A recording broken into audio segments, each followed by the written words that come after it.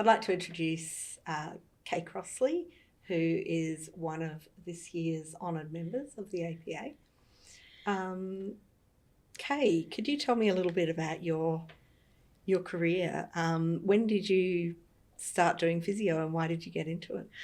Thank you very much. I started working as a physiotherapist in 1985, a very long time ago. Interestingly, maybe not so interestingly, I didn't really have a burning desire to get into physiotherapy when I was at high school. I did maths and science as my subjects in year 11 and year 12. And my career, I was at a very small school. My careers teacher's like, oh, if you go to university and do maths and science, and I was, first in family to go to university, didn't have a lot of experience. So she's like, well, you'll probably become a maths teacher. And I was like, I don't know if I really want to be a maths teacher. So I was sort of really unsure what I would do. And as I said, didn't have a lot of role models. And then she actually tore her ACL playing netball.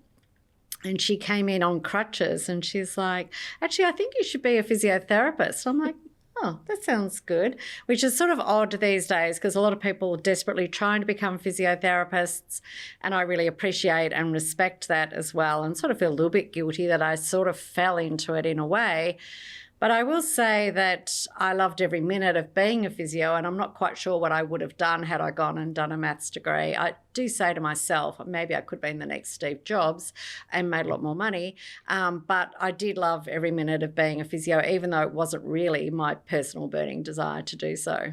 How long did you end up practicing for before you moved into research? Yeah, thanks. So I was fairly lucky. I did hospital work like a lot of people do, and then I moved fairly quickly into sports physiotherapy, and I worked at a large multidisciplinary sports medicine clinic in Melbourne. And I really loved all of that. And I did that until I did my PhDs, I started my PhD in 1998. And I actually was able to continue doing some clinical practice alongside my research work for probably a while, until the sort of juggling act of clinical practice, research and family just became a little bit too tricky. So, yeah, I did a good 15 years. Including being able to work with the Australian track and field team for about 10 years through a number of World Championships, Commonwealth Games and Olympic Games at Sydney 2000. Right.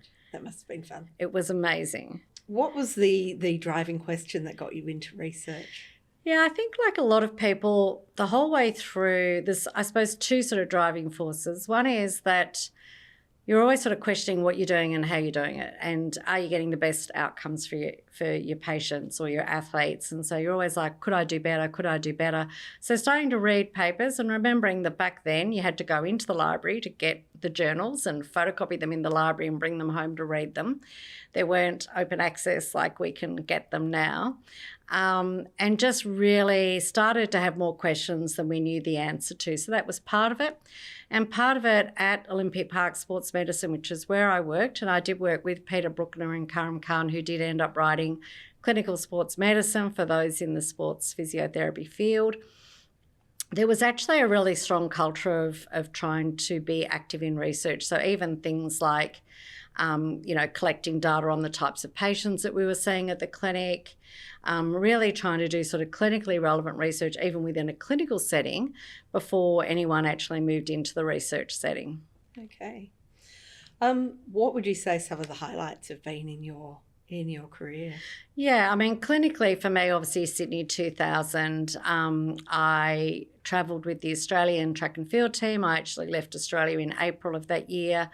Lived and worked with the athletes for some 4 to 5 months prior to the Games, part of a really big team leading into the Games, both big from the athlete point of view, but also big from the sports medicine side and management side. It's 25 years. We had a reunion the other day. It was great to see people. But just to be part of that event. But I also reflected leading up to the 25-year, sort of just being part of the athlete journey and being able to contribute to injury prevention, just holistic athlete health over those 10 years as well. So it wasn't just the single event, it was the time I got to spend working with the team in the lead up as well. And how about research highlights? What are you most proud of there? Yeah, thanks. So I went into my PhD, I said 98, and I was reflecting. I did my PhD while I was travelling. And then I did a couple of postdoctoral fellowships, so one in physiotherapy, and I suppose one of the highlights is I also did one in mechanical engineering, which sounds a little bit odd, but I was invited by Professor Marcus Pandy to join his team for a few years, and I just really enjoyed the interdisciplinarity of that sort of work and the intellectual stimulation of that. So that was great. I then had a few years up at the University of Queensland, which is also fantastic, and there's a lot of great researchers up there. And then 10 years ago, given the opportunity to come back to Melbourne and be part of the La Trobe Sport and Exercise Medicine Research Centre, which I now head up. So all of those are little highlights, but probably the big career research highlight will come in about a month's time. So I've been working with the International Olympic Committee and Professor Carolyn Emery at the University of Calgary and many, 109 researchers from around the world. And we've put together 5 systematic reviews, a scoping review, a concept mapping exercise, all to underpin a consensus on injury prevention for female, women and girl athletes. That was accepted this morning, and that will be published in November of this year. So it's been about 2.5 years in the making, but very excited to have that out in the world. So that will probably be my research highlight. Yeah. What would be your advice for physios who are interested in research? Yep, I think get involved as soon as you think you can. The involvement can be anything. It could just be reading your own articles, critically appraising them yourselves, trying to maybe meet up with other people. So a lot of researchers in universities are really keen to hear from clinicians who want to be part of any sort of program. If you don't yourself want to go into a research degree, which you definitely don't have to do, there's opportunities to be part of clinical trials, perhaps being the treating physiotherapists, or to be part of activities such as systematic reviews or scoping reviews, or just being engaged with the research as it comes across your desk. I think most people go into physiotherapy because they have inquiring minds, because they do want to help their patients and the communities that they serve. And research is a really, really great way of continuing that stimulation that is really important to their sort of growth as physiotherapists. Right. You're being made an honoured member of the APA. What does it mean to you to become an honoured member? Thank you. And the sort of glib response I give to my colleagues is it just means I'm very old and I've been doing this a very long time. But that's not the real truth. It is the fact that there are people out there who've said they value my contribution to the profession. I've obviously stayed in physiotherapy when I moved from clinical practice into research. I've stayed in physiotherapy. I think that physiotherapy is a wonderful community, and we see that around here at the conference. So it's a community of people who are really trying to do the best by their patients and their communities that they're working with, but they're also trying to help each other be better and be better physiotherapists, and to have their own sort of lifelong education goals served. And I come to places like this, and there are people I worked with back in the 80s.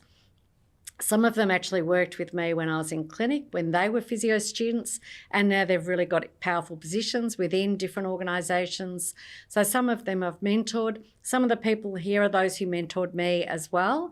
And then there's people who've sort of been on the journey at the various different places I've worked, including where I am now at La Trobe University. So I think to have, to be honoured for the work that I've done, but also to sit alongside the people that are already honoured members and to look at their amazing contributions to the profession. So it is a real privilege to be awarded this and to be able to sit alongside the other people who've been given the same honour.